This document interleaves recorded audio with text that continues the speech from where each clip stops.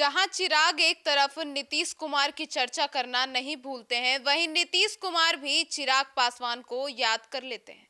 नमस्कार, आप देख रहे हैं सिटी पोस्ट लाइव। मैं हूं सृष्टि राज। जैसा कि कल हम जानते हैं, कल पटना में अमित शाह और नीतीश कुमार की सीट शेयरिंग को लेकर और भी कई अलग मुद्दों, पार्टी के मुद्दों को लेकर मीटिंग हुई थी। सीक्रेट मीटिंग हुई थी और इस मीटिंग में नीतीश कुमार ने चिराग पासवान का भी चर्चा किया है। क्या कहा है और क्या कुछ है पूरा मुद्दा, इसके ऊपर बातचीत करेंगे और जानकारी देंगे हमारे सहयोगी पत्रकार अभिषेक मिश्रा सर। तो सर, क्या हुआ था?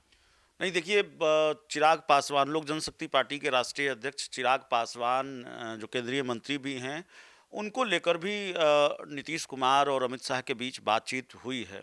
और देखिए चिराग पासवान को लेकर जेडीयू चिंतित है, चिराग पासवान को लेकर जेडीयू आशंकित है। तो जाहिर तौर पर ये अंदाजा लगाया जा रहा है, या बंद कमरे में क्या बातचीत हुई वो तो बाहर नहीं आएगी, वो तो नीतीश कुमार जानते हैं, अमित शाह जानते हैं। लेकिन राजनीतिक गलियारों में इस बात की भी चर्चा है, या जो जानकारी जुटाने की कोशिश हम पार्टी सूत्रों से करते हैं, तो चिराग पासवान भी एक विषय थे। चिराग पासवान को लेकर भी बातचीत हुई है। दरअसल चिराग पासवान को लेकर जेडीयू इसलिए भी आशंकित है कि पता नहीं चिराग पासवान 2020 वाला भी खेल कर दें, 2020 में जो किया वही कर दें। हालांकि चिराग पासवान लगातार कर रहे हैं कि इस तरह की अफवाहें उड़ाई जा रही है, ऐसा हमने किया है पहले, इसलिए इस तरह की अटकलें, इस तरह की कयासबाजी हो रही है। नीतीश कुमार के नेतृत्व में चुनाव लड़ा जाएगा, नीतीश कुमार मुख्यमंत्री होंगे। अपनी तरफ से कई बार वो साफ करते हैं, लेकिन कॉन्ट्रडिक्शन तब होता है कि एक तरफ चिराग पासवान ये कहते हों और दूसरी तरफ उनकी पार्टी के दूसरे लोगों की तरफ से अलग बयान आता है। चिराग पासवान भी खुद कानून व्यवस्था की स्थिति पर सवाल उठाते हैं, वो भी कई तरह के ऐसे बयान देते हैं जिससे लगता है सब कुछ ठीक नहीं है। तो कल अमित शाह और नीतीश कुमार के बीच जब मुलाकात हुई, तो जाहिर है अब ये सबको मालूम है कि सीट शेयरिंग पर बातचीत हुई। और कमोबेश सीट शेयरिंग पर या तकरीबन सीट शेयरिंग पर सारी बातें जेडीयू और बीजेपी के बीच फाइनल हो चुकी है। जेडीयू और बीजेपी ने अपनी चीज़ें फाइनल कर ली है। और होता यही है कि पहले जो गठबंधन की बड़ी पार्टियां होती हैं वो आपस में पहले अपनी सीटें फाइनल कर लेती हैं। और ख़ासकर एनडीए का मामला ऐसा है कि भाई जेडीयू बीजेपी के बीच ही सीटें बंटनी हैं।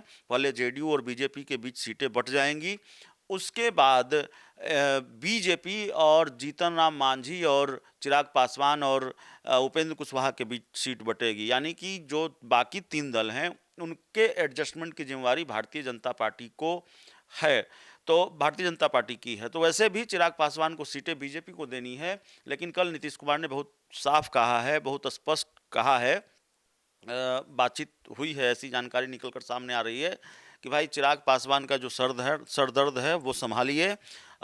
चिराग पासवान की नज़र जेडीयू की सीटों पर है और वो संख्या ज़्यादा है। जो जेडीयू की सीटें हैं, सिटिंग सीटें कहें, या जहां जेडीयू अपने उम्मीदवार उतारना चाहती है, वैसी कई सीटों पर, यहां तक कि नालंदा की कई सीटों पर भी चिराग पासवान सीटें चाहते हैं, जिससे जेडीयू ने साफ इनकार कर दिया है। ऐसी बात कही जा रही है, राजनीतिक गलियारों में इस बात की चर्चा है कि दो टूक जवाब या दो टूक बात नीतीश कुमार ने अमित शाह के सामने रखी है। सीट शेयरिंग के अलावा इस बात पर भी बात हुई है। और अमित शाह से एक तरह का आश्वासन भी शायद नीतीश कुमार ने लिया है। यह भी राजनीतिक गलियारों में चर्चा है कि जो खेल पिछली बार हुआ वो खेल इस बार नहीं होगा।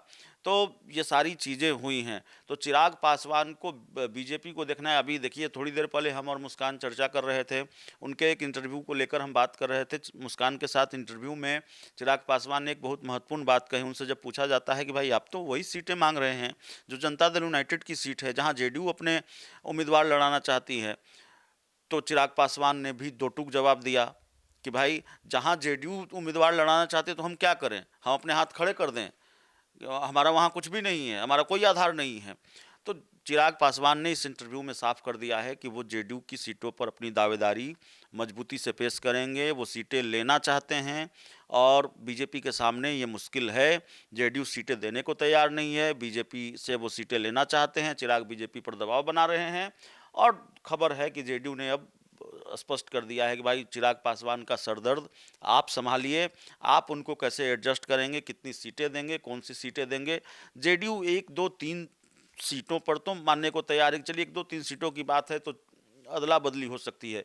जेडीयू बड़ी संख्या में सीटों की अदला बदली के लिए तैयार नहीं है, बड़ी संख्या में सीटों की अदला बदली, क्योंकि एक मामला यह भी है कि जेडीयू जिन सीटों पर हार गई पिछली बार, उन सीटों की अदला बदली को भी इसलिए तैयार नहीं है क्योंकि जेडीयू को मालूम है कि चिराग पासवान ने खेल खराब किया था, चिराग पासवान ने नुकसान पहुंचाया था, और नुकसान नहीं पहुंचाया होता तो जेडीयू वो उन सीटों पर भी जीत दर्ज कर सकती थी जिन सीटों पर वो हार गई। तो जेडीयू के खराब स्ट्राइक रेट की वजह चिराग पासवान थे। तो जेडीयू 2-3 सीटों की, 4 सीटों की अदला बदली कर सकती है, लेकिन और उसमें भी 2-4 सीटों में 2-4 सीटें अगर जेडीयू अपनी सीटें कुर्बान करेगी तो उसमें अकेले चिराग पासवान का हिस्सा नहीं होगा।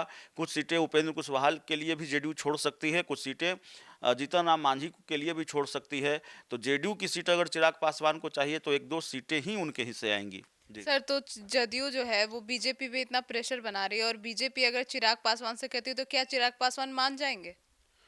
नहीं, मानना तो सबको पड़ेगा, 2-2 कदम सबको हटना पड़ता है किसी भी गठबंधन में। अब यहाँ मुश्किल बात यह है कि जेडीयू की सीटों पर चिराग की दावेदारी है, तो जेडीयू छोड़ेगी कि नहीं छोड़ेगी, अब अभी जो स्थिति है वो थोड़ा मुश्किल लगता है, और चिराग पासवान के लिए छोड़ेगी कि नहीं छोड़ेगी, ये मामला थोड़ा ज़्यादा मुश्किल लगता है। जी। तो सुना आपने हमारे इस डिबेट को, तो इस पूरे मामले पर आपकी क्या राय है कमेंट सेक्शन में जरूर बताइएगा। तो फिलहाल इस खबर में इतना ही। आगे की खबरों के लिए जुड़े रहिए हमारे साथ और देखते रहिए सिटी पोस्ट लाइव। अब तक के लिए धन्यवाद।